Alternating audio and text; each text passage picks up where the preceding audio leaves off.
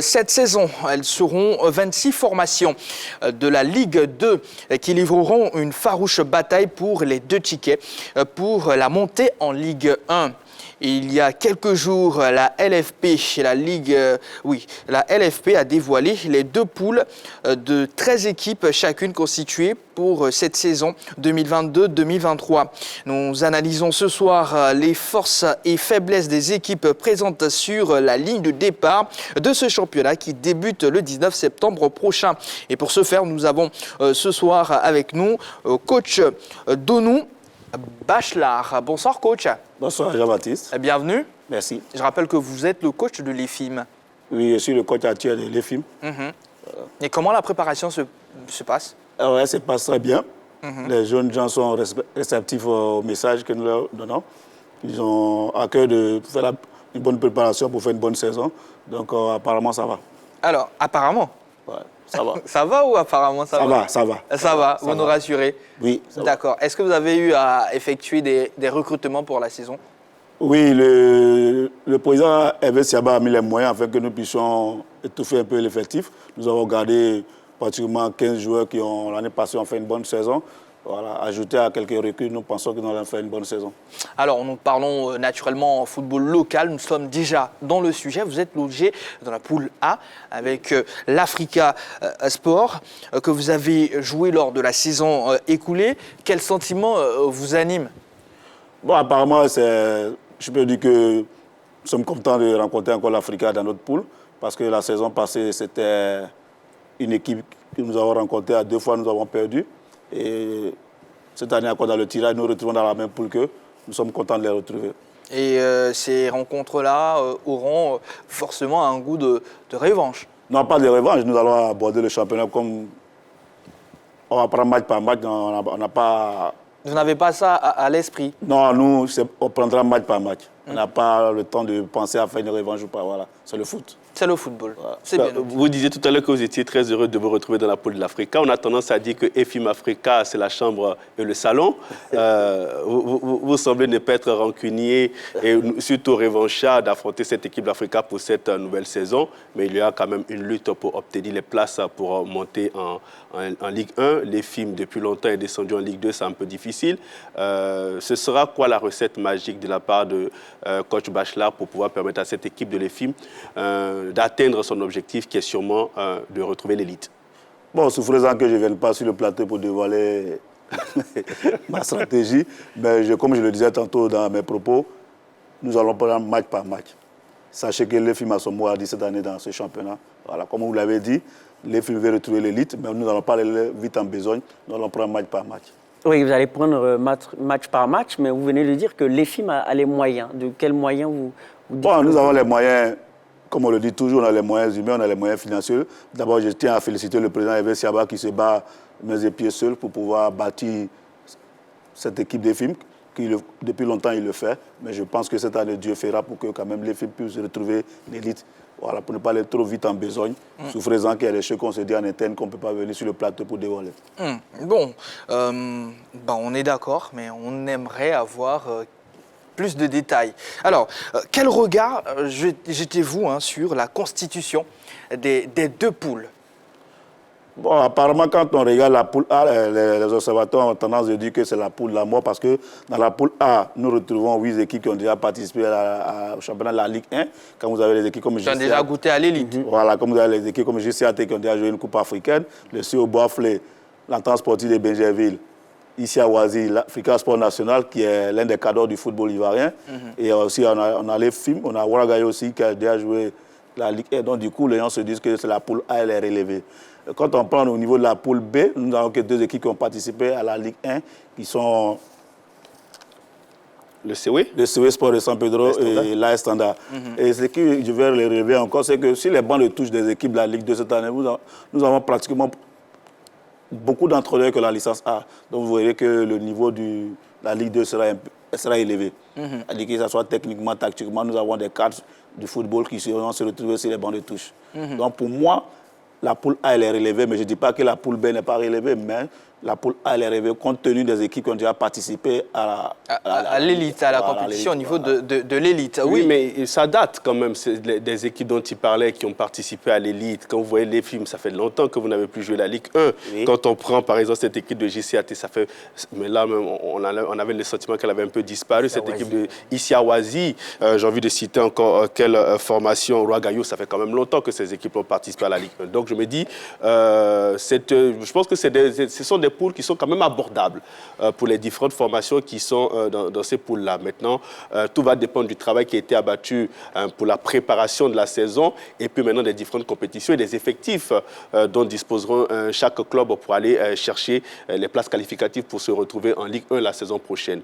Pour moi, je trouve que la poule, pas une poule relevée, mais la poule qui sera assez disputée, c'est quand même la poule B. Parce que vous avez 2 anciens champions de Côte d'Ivoire qui se retrouvent dans cette poule B. Vous avez la Estanda, vous avez le CEO Espoir de San Pedro, vous avez Mouna FC qui a raté la montée de la saison, je crois il y a 2 saisons d'arrière. Il y a 2 saisons. Vous avez une nouvelle formation qui est en train de naître du côté de Yamoussoukro, qui est Yamoussoukro FC, qui a fait quand même une très bonne saison lors de la saison dernière en Ligue 2 dans la poule de l'Africa, qui a posé beaucoup de problèmes au stade et à l'Africa et même à Zoman. Donc je me dis que c'est une poule quand même assez relevée avec des équipes, avec des clubs, avec des équipes qui ont quand même des joueurs de qualité, de valeur, qui vont aller chercher pourquoi pas la montée en Ligue 1. Donc je pense plutôt que voici une poule qui sera un peu plus disputée que celle de la poule A. Donc Monsieur Bachelard, je pense que vous avez quand même votre mot à dire dans cette poule A avec cette équipe de l'Africa. Bon, Ibori, je ne vais pas discuter vos propos, mais laissez-moi vous dire, quand tout à l'heure vous disiez que c'est des noms qui datent de longtemps, quand on le veut le nom, c'est des clubs quand même qui ont fait vibrer le football ivoirien. Voilà. Pour le moment, nous ne connaissons pas l'effectif de ces équipes, mais quand on passe sur la base des noms, on se dit que la poule A elle est relevée parce que tu retrouves 8 anciens passionnés de la Ligue 1. Peut-être que dans l'exécution du championnat qu'on verra si ce qu'on a dit au départ était réel. Mais à l'instant, si on vous demande quelle poule qui est relevée, on vous dira automatiquement la poule A compte tenu de tel... Sinon, je sais. Du vécu et de l'histoire des équipes. Sinon, je sais que la poule B dont vous parlez de la nouvelle équipe de Renaissance Football de Yamoussoukro, vous parlez du Sewé. Mais je peux vous dire qu'aussi le Sewé, c'est un nom qui date de longtemps parce que ça fait plus de 6 ans. On côtoie cette équipe de Sewé. C'est les mêmes joueurs qui sont dans les autres clubs qui reviennent jouer aussi au Sewé. Donc, du coup, les équipes se valent. Mais quand je regarde, en tant que technicien, quand je regarde la composition des bancs de touche des équipes de la poule A, je me dis que voilà, c'est une poule qui est relevée compte tenu parce que voilà tel critère. Au moins 10 entraîneurs que la licence A qui sont en poule A. Donc, automatiquement, je me dis, et quand tu as 8 équipes qui ont déjà participé à la Ligue 1 et que tu n'as que 5 qui n'ont pas participé à la Ligue 1, du coup, dans l'autre poule, tu n'as que 2 qui ont participé à la Ligue 1. Donc, automatiquement, pour moi, la poule la plus relevée, c'est la poule A. Mais je ne dis pas que les poules ne sont pas jouables. Je dis que la poule A est relevée. D'accord, on comprend bien votre point. Oui, oui, mais en tout cas, moi, je pense qu'au-delà même de ce débat, il faut dire que l'ensemble des équipes de la Ligue 2 véritablement se valent. C'est clair qu'il n'y aura pas de match facile dans cette Ligue 2. On a pu le voir lors des années précédentes. Lui-même, il a été coach de l'US Fermier également, qui est dans la poule B, qui est une équipe aussi très difficile à manœuvrer. Donc, je pense qu'au niveau de la poule B, il y a des équipes qui peuvent faire office de trouble-fête compte tenu de leurs facultés, de certains joueurs. Au niveau de la poule A, c'est plus fait d'équipes d'expérience, d'équipes qui ont un grand palmarès, qui ont été de grands noms du football. Donc ça veut dire qu'au-delà même du débat de qu'est-ce qu'est la poule de la mort ou pas, je pense que la poule B et la poule A va nous fournir un très très grand championnat de Ligue 2, car l'année passée, on a eu une équipe de Denguélé qui est venue de loin, on a eu le Stade d'Abidjan qui a été battu à Agny-Bilekro. Donc c'est dire que... On n'oublie pas aussi Zoman qui a dérangé. Voilà. Tout à fait. Vraiment dérangé, oui. Donc je pense que moi, je ne vais pas totalement me mouiller dans les pronostics parce que c'est un championnat qui sera explosif. D'accord. Alors, coach, quelles sont les ambitions de votre équipe pour la saison à venir? Bon, je répète encore qu'il y a ce qu'on dit sur le plateau, il y a ce qu'on dit en interne. Nous, on veut faire mieux que l'année passée. C'est-à-dire qu'aller au-delà de nos résultats de l'année passée et à la fin, on va tirer la conclusion. Mais sachez que les films sont dit. C'est-à-dire l'objectif, c'est-à-dire qu'au-delà de l'année passée, donc l'objectif c'est quoi précisément? 8e place, première place, 2e place? Déjà, l'équipe n'a pas fait une bonne saison l'année dernière. Bon, dit que n'a pas fait une bonne saison, bon, je peux dire que oui, on peut le dire parce qu'on n'a pas atteint l'objectif qui était fixé au départ. Mais cette année souffreuse, comme je le dis, je le répète encore, je ne viendrai pas sur le plateau pour dévoiler nos ambitions, mais sachez que le film a son mot à dire. Oui, coach, mais ce n'est pas un secret de dire que les films veulent la première place. Non, c'est pas. Non, voilà. En fait, je le dis parce que c'est un championnat que nous tous allons découvrir. faut pas déjà être prétentieux pour attirer le regard des autres. Mais on le verra. On sait que les films, que tu le veux ou non, les films, c'est une équipe joueuse, c'est une équipe d'ambition. Mais souffrez-en que je vienne dévoiler nos ambitions sur le plateau. D'accord. Et quels sont les joueurs que vous avez pu accueillir Oui, on a pu accueillir quelques joueurs qui ont fait les preuves en Ligue 2. Voilà. Et je pense qu'à notre rentrée sportive, vous aurez le temps de découvrir ces joueurs. Alors, vous savez que, on le disait tout à l'heure, l'équipe n'a pas effectué une bonne saison l'année dernière. Oui. Donc, cela sous-entend qu'il y a eu des secteurs de jeu qui ont été défaillants. Quels sont les secteurs de jeu que vous avez renforcés pour que votre équipe aujourd'hui, pour cette nouvelle saison, soit compétitive afin d'aller atteindre ses objectifs? Bon, c'est vrai, comme vous l'avez dit, bon, ça c'est vous qui le dites qu'on n'a pas fait une bonne saison, ça c'est votre regard. Maintenant, au niveau du renforcement de l'effectif, on s'est assis avec le président, mes collaborateurs, et on a défini les compartiments qu'il fallait renforcer. Je pense qu'à ce niveau, nous avons fait un bon recrutement, mais on le verra que lorsque le championnat commence. Vous avez demandé les secteurs qui ont été renforcés. Est-ce que c'est l'attaque, la défense, le milieu de terrain? Nous avons renforcé tous les compartiments. Tous les compartiments. Tous les compartiments. Alors, Yves, Balo, Yamoussoukro FC et l'OFC Adiaké qui ont terminé deuxième de leur poule respective lors de l'exercice écoulé, aujourd'hui se retrouvent dans la même poule après ce tirage-là. Est-ce que vous partagez ce tirage-là? Oui, mais ça peut être une bonne nouvelle. Le fait d'avoir deux équipes qui ont terminé deuxième dans leurs différentes poules, se retrouver dans la même poule, c'est dire qu'on aura déjà un choc. De facto, on aura un choc, on aura une belle confrontation lors de cette saison-là. Mais il faut dire que le tirage au sort aussi a été transparent devant les commissaires. Et je ne pense pas qu'en Ligue 2, le tirage au sort se fasse sur la base des têtes de poule, si je ne m'abuse. Donc, je pense que c'est correct, c'est cohérent. D'accord. Yves? Écoutez, sur ce tirage, déjà retrouver les deux dauphins de la saison dernière, c'est une bonne chose. C'est une bonne chose. On aura quand même de belles empoignades dans cette Ligue 2 cette saison. Donc, OFC Adiaké et Yamoussoukro FC vont vraiment se livrer bataille pour essayer d'avoir cette place pour la Ligue 1. Après, le mécanisme pour le tirage au sort reste, je dis, je ne le maîtrise pas assez, donc je ne peux m'aventurer sur ce tirage pour dire s'il a été bon ou pas. Mais je crois que si aucun club ne s'est plaint de ce tirage, cela sous-entend qu'il a satisfait pratiquement tout le monde. Donc pour moi, ce sont de bons tirages et puis ce sont de très belles équipes, de bonnes équipes qui vont s'affronter cette saison. On ne vous a pas entendu, Yves, sur la poule de la mort. Selon vous, c'est la poule A ou la poule B? Moi, je l'ai déjà dit. Je pense que la poule B, pour moi, représente une poule un peu plus difficile. Un peu plus difficile parce que j'ai évoqué quand même deux anciens champions qui se retrouvent dans la même poule. Qu'on a le COE et puis l'AS Standard. Vous avez des équipes qui montent en puissance, telles que OFC Adiaké, comme telles que Renaissance Football Club de Yamoussoukro, sans oublier le Mouna FC qui aura fortement à cœur de se racheter de sa montée manquée il y a 2 saisons. Donc voici quand même des équipes qui vont animer cette poule B, donc qui vont jouer forcément le haut du tableau. Et puis on aura pourquoi pas peut-être des équipes qui vont jouer les troubles faits, comme Balo l'a signifié. Je pense par exemple soit à Sirocco ou à Kozap FC. C'est des équipes qui pourraient pourquoi pas jouer les troubles faits, pouvaient dire s'incruster parmi ces 5 que nous avons cités. Oui, pour moi, dans cette poule-là, il y aura quand même de belles batailles, de grosses empoignades. Maintenant, c'est le rectangle vert qui va nous dire la vérité. Et également, il y a l'équipe du Lanfiara. Il faut rappeler que lors du tournoi UFOAB, la plupart des joueurs talentueux de l'équipe des éléphants qui a disputé l'UFOAB venaient de l'équipe de Lanfiara. Donc là aussi, il y a de la bonne graine. Bien sûr, c'est une équipe qui paraît faible sur le papier, mais attention, pour ce qu'on a pu voir au niveau de l'UFOAB, il y a des joueurs de qualité. Coach? Bon, Lanfiara, comme il l'a dit, Lanfiara est dans la poule A. C'est pour ça tout à l'heure, je disais que la poule A, vraiment, elle est relevée parce que, comme il le dit, Lanfiara, c'est l'équipe d'un grand dirigeant qui préconise la formation. Donc je pense que la poule A, pour moi, elle est relevée. D'accord, vous confirmez, vous réaffirmez votre point de vue. Moi, je dirais les deux. Ça sera un grand championnat, clairement. Oui. Les deux. Parce qu'en Ligue 2, véritablement, moi, je pense que, sincèrement, j'ai un coup de cœur pour ce championnat-là, même par rapport à la Ligue 1. C'est vrai que la Ligue 1, c'est l'élite du football, mais la Ligue 2, clairement, on peut dire que ça correspond un peu à la Championship anglaise, hein, Oui. où il n'y a pas de grandes équipes, il n'y a pas de non-renflants, mais il y a de la qualité de jeu, il y a un championnat disputé, il y a une grosse bataille. Il faut rappeler que la subvention a été augmentée, donc toutes les équipes veulent aller dans l'élite, donc ça sera véritablement un grand championnat. Et bien sûr, ça sera un championnat à suivre sur l'ensemble des chaînes du groupe RTI, car un partenariat a été signé hier matin entre la FIFA et la RTI. Alors, parlons de l'Africa Sport.